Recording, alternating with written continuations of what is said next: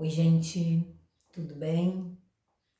Hoje, nesse vídeo, eu quero te falar sobre um sentimento muito dolorido.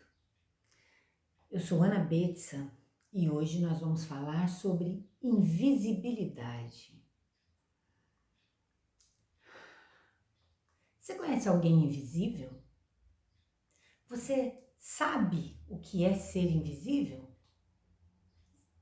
Se você falar que não, provavelmente isso vai ser uma confirmação do que eu estou te falando, do que eu estou te propondo observar.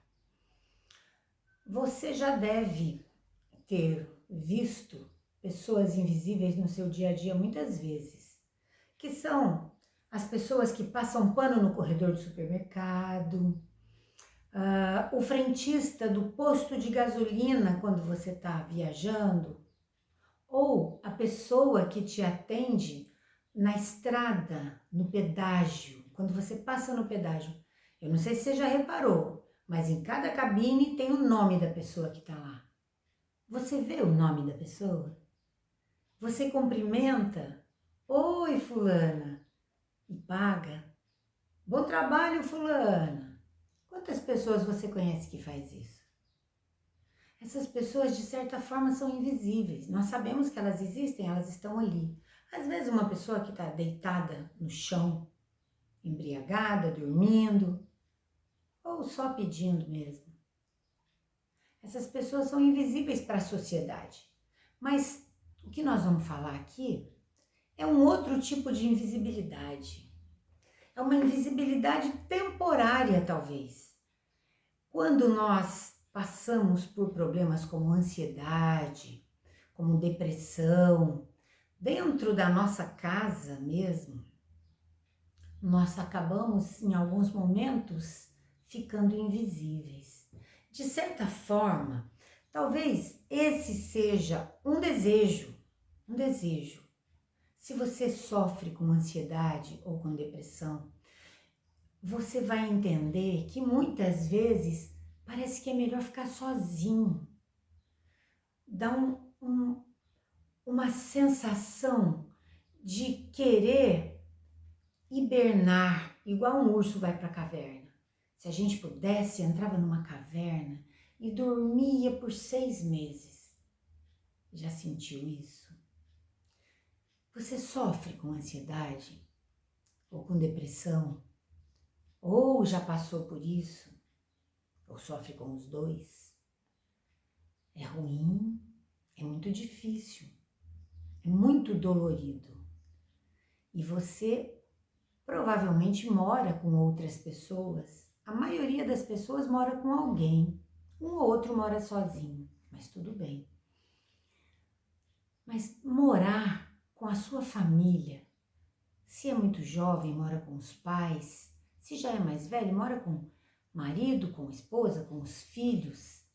Às vezes genros, noras, netos. Moram todos na mesma casa. Mas se você está passando por uma situação de ansiedade, com crises ou não, ou de depressão, você tem o desejo de que ninguém te veja, que ninguém fale com você. Se você estiver num processo depressivo ou num momento depressivo, provavelmente você vai querer ficar isolada. Você e um livro, você e uma música, ou você e seus pensamentos que acabam muitas vezes piorando a situação. Mas é só o desejo de não estar com as pessoas, de não precisar conversar, de não precisar sorrir, porque a gente fica num mundo que não tem espaço para alegrias, para risos ou para sorrisos. É um momento em que a gente gostaria que alguém percebesse, que alguém ficasse solidário, que alguém te convidasse mais, te trouxesse mais, ou que fosse até você tentando tirar sorrisos, tentando levar alegria. Mas como nós vamos nos fechando, as pessoas, ou por respeito, ou por comodismo, ignoram. E nós nos tornamos solitários dentro de casa, com as pessoas andando nos cômodos próximos. Já percebeu isso? Vamos imaginar aquela moça que passa pano no corredor do supermercado. Ela tá ali tão acostumada a ser invisível que se um dia você, fazendo suas compras, passar e cumprimentar, e além de cumprimentar, fizer alguma pergunta, tirar dela um sorriso, fazer algum comentário ou elogiar o trabalho bem feito, e se você for além e perguntar o nome dela, e perguntar se está tudo bem, ela vai ficar chocada, ela vai ficar espantada, admirada, porque ninguém faz isso. Porque as pessoas já estão acostumadas com a invisibilidade desse tipo de serviço. Então as pessoas estranham. Em casa é diferente. Você vai ficar sozinho porque você está triste, porque você não tem vontade de interagir. Mas no fundo você deseja saber que as pessoas se preocupam, que elas querem saber o que fazer para te ajudar. E na maioria das vezes, elas não sabem. Não sabem o que fazer para te ajudar. Isso também acaba trazendo algum sofrimento para quem está em volta. E como é que você se sente a respeito disso?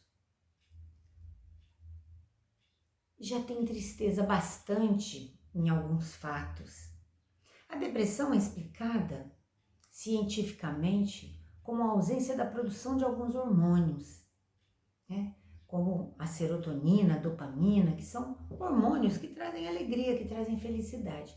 E realmente, nesses casos, a produção é muito pequena ou nem existe. Mas como é que a gente faz para reativar essa produção? Nós precisamos buscar atividades prazerosas, mas a gente não tem ânimo para isso. Não temos nenhum desejo disso. Desejo nenhum. Tem pessoas que vão além, que realmente desejam não viver mais, e algumas conseguem. Então é uma situação muito complicada. Com adultos já é complicada, com adolescentes e muito jovens é pior ainda, porque nós adultos, nós já temos uma maturidade que nos mostra que viver tem altos e baixos, tem bons momentos e maus momentos, e que todos eles passam. Os bons momentos vão passar e os maus momentos também. Então, talvez tenhamos uma força maior para suportar os maus momentos. Talvez até sem remédio. O jovem e o adolescente não têm ainda. Eles imaginam que essa sensação ruim vai ser para sempre. E isso é um perigo. Então, precisamos ficar sempre atentos. Mas essa invisibilidade tem se tornado mais comum ultimamente. Antigamente, os nossos filhos, jovens e adolescentes, eram muito barulhentos. Traziam os amigos, falavam alto, assistiam filme, faziam pipoca, jogavam videogame e gargalhavam. Hoje, nossos filhos ficam invisíveis no próprio quarto. E nós ficamos muito tranquilas, acreditando que está tudo bem, que ele está seguro no quarto. Mas eles estão perdidos em outros mundos que nós nem sabemos qual é. A internet é uma janela para o mundo. E o mundo tem coisas lindas, coisas maravilhosas, mas ainda tem coisas ruins, perversas, cruéis. Como lidar com essa invisibilidade? Seja ela nossa ou de alguém da nossa família. Como lidar com isso? Como é que nós podemos nos reencontrar novamente com as pessoas dentro das nossas casas? Hoje em dia, as pessoas não se preocupam muito em criar os filhos dentro de uma religião. Claro que não existe regra geral para seres humanos, muitos fazem isso, mas muitos não. Até porque os filhos e os adolescentes se tornam mais rebeldes e não aceitam muitas sugestões, e os pais têm muito medo de confrontar e acabam permitindo. E os filhos vão ficando cada vez mais perdidos porque eles precisam sim de uma orientação segura e eles precisam de um Deus, seja ele de que religião for. Não aquela ideia daquele Deus que castiga, não é ameaçar o filho com um Deus, mas é mostrar que existe uma força maior que nos permite tudo. Nós podemos fazer qualquer coisa, mas que todos os nossos atos trarão uma consequência. Tudo tem consequência. Atitudes ruins, consequência ruim. Atitude boa, consequência boa. Para que a gente conviva bem em família, é preciso haver um equilíbrio, é preciso haver respeito e é preciso que todos ali falem uma mesma língua em relação ao que nós estamos fazendo aqui na Terra. Uma família, a melhor definição de família que eu já vi, uma família é um grupo de pessoas que coopera entre si. As pessoas precisam saber umas das outras, principalmente se moram na mesma casa.